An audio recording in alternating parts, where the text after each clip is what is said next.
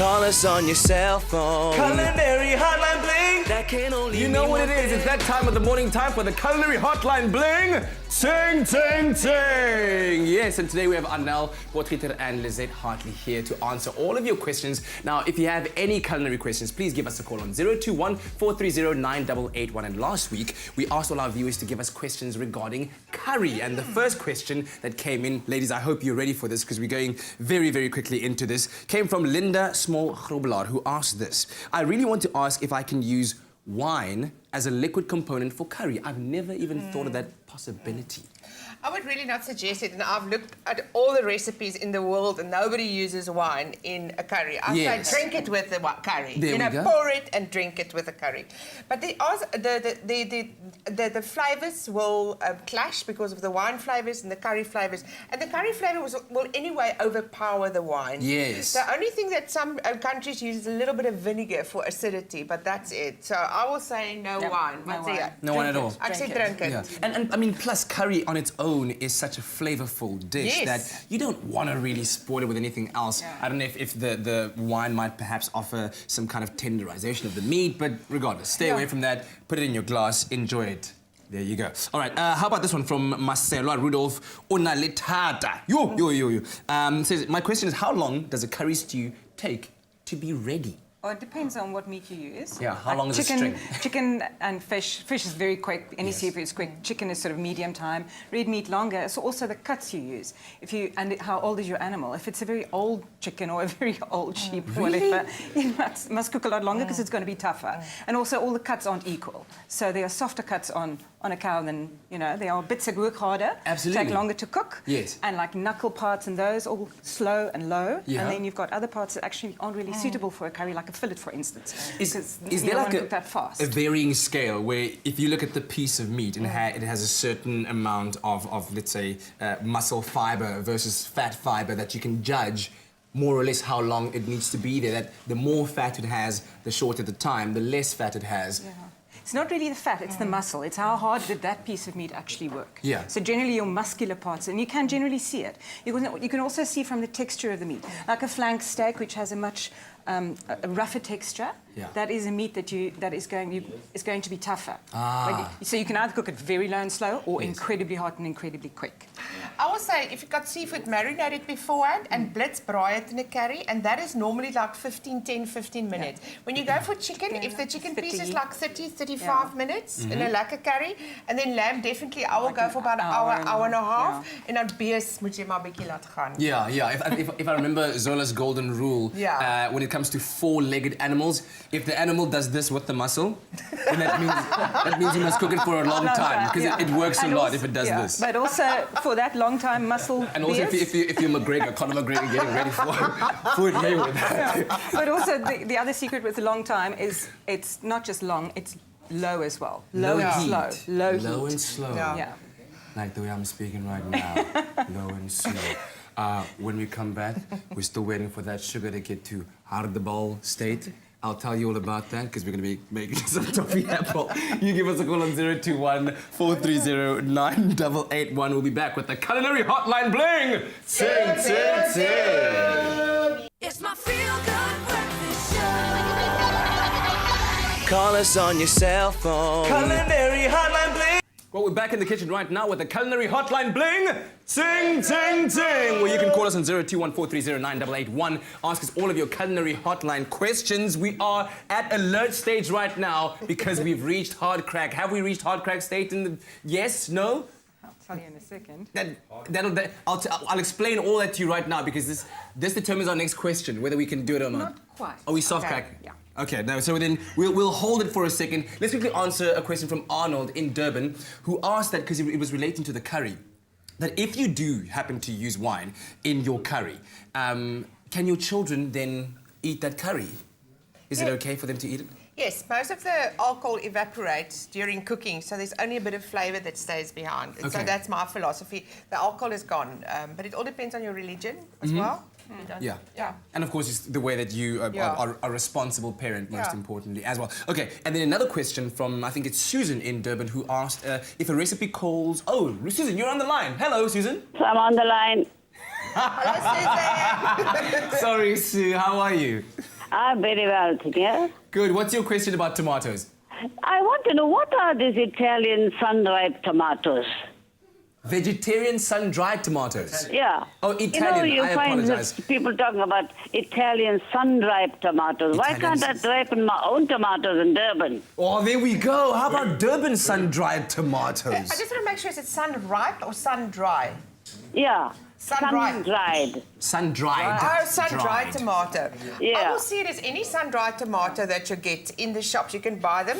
And what I normally do is put moisture into it to actually get the flavour out and to soften it up. But I think you don't have to go to buy a specific Italian. Yeah. You buy the sun-dried tomatoes in the shop in a big packet. Absolutely. Yeah. Make your own unique recipe with Durban sun-dried tomatoes. And How you can about make that? your own in the oven. You know, Absolutely. cut your tomatoes up, put it in a very low heat in the oven, and you can make your own sun-dried tomato. All right, fantastic. Thank you so much for that call, Susan. Beautiful question indeed. All right, I think we might have reached where the level that we need to test right now. it. We need to check, is it at hard crack state yet? And Yes, yes, good. it is. Okay, this Yeah. relates to the following questions that were asked by both Dorothy and Penelope.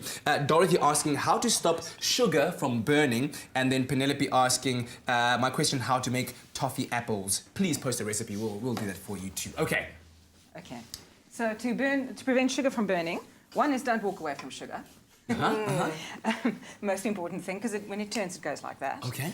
And then once it does reach the point that you want, take it off the heat for starters, because your plate retains a lot of heat. Oh, you okay, can yes. also put it into dunk the pot into a bowl of cold water to just cool the pot right down and stop that cooking, because pots also, the thick base pots retain a lot of heat, and sugar, once it gets to the right stage, starts burning very quickly. Okay. So, okay, are we going to make? Let's go, yeah, because you need to tell us about Very you've been quick. So, educating me behind the yes. scenes about soft crack and hard crack and what all that means. Yes, so very quickly, some caster sugar. You can use normal sugar. Caster sugar melts a lot quicker. And then some syrup. Okay. Why the syrup? Well, you can use syrup or glucose. Oh, of course, for the... Yeah, it just helps to stabilize the toffee apple. All right. Some water.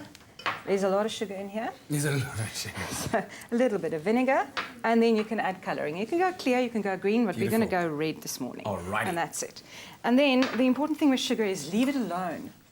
Okay? Don't stir it. Don't mess with it. Sugar's Just leave so it sticky, alone. my word.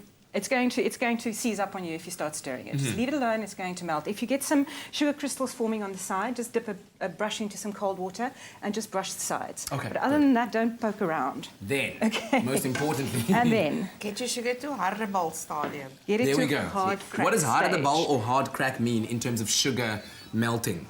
So it's a sugar that at about 150 odd degrees. If you were to drop it into cold water, it's going to set rock hard instantly. That's another way of testing it. Okay. And that's where you want it to be. For toffee For apples. toffee Dis is 'n suigstokkie, die hartigheid van 'n suigstokkie wat ek kry. So dit word Ja. eintlik so hard die All suiker. right. So just show us quickly how you test that with the water, shall we? And so all you do is this is not boiling So very this is you rapidly. at home with a bowl of yeah. hot water. You dip it inside cold water. Cold water. You see, and it that's needs gonna to be sit hard rock almost. hard, So just dit like klip that. hard. Look at that, it cracks. Yeah. There we go. Yeah. Hard crack. And And now that's you it. know. Okay, we'll be right back with the Culinary Hotline bling. Ting, ting, ting. It's my feel-good breakfast show. Call us on your cell phone. Culinary Hotline bling. That can only be Bombay. Welcome back to the Culinary Hotline bling.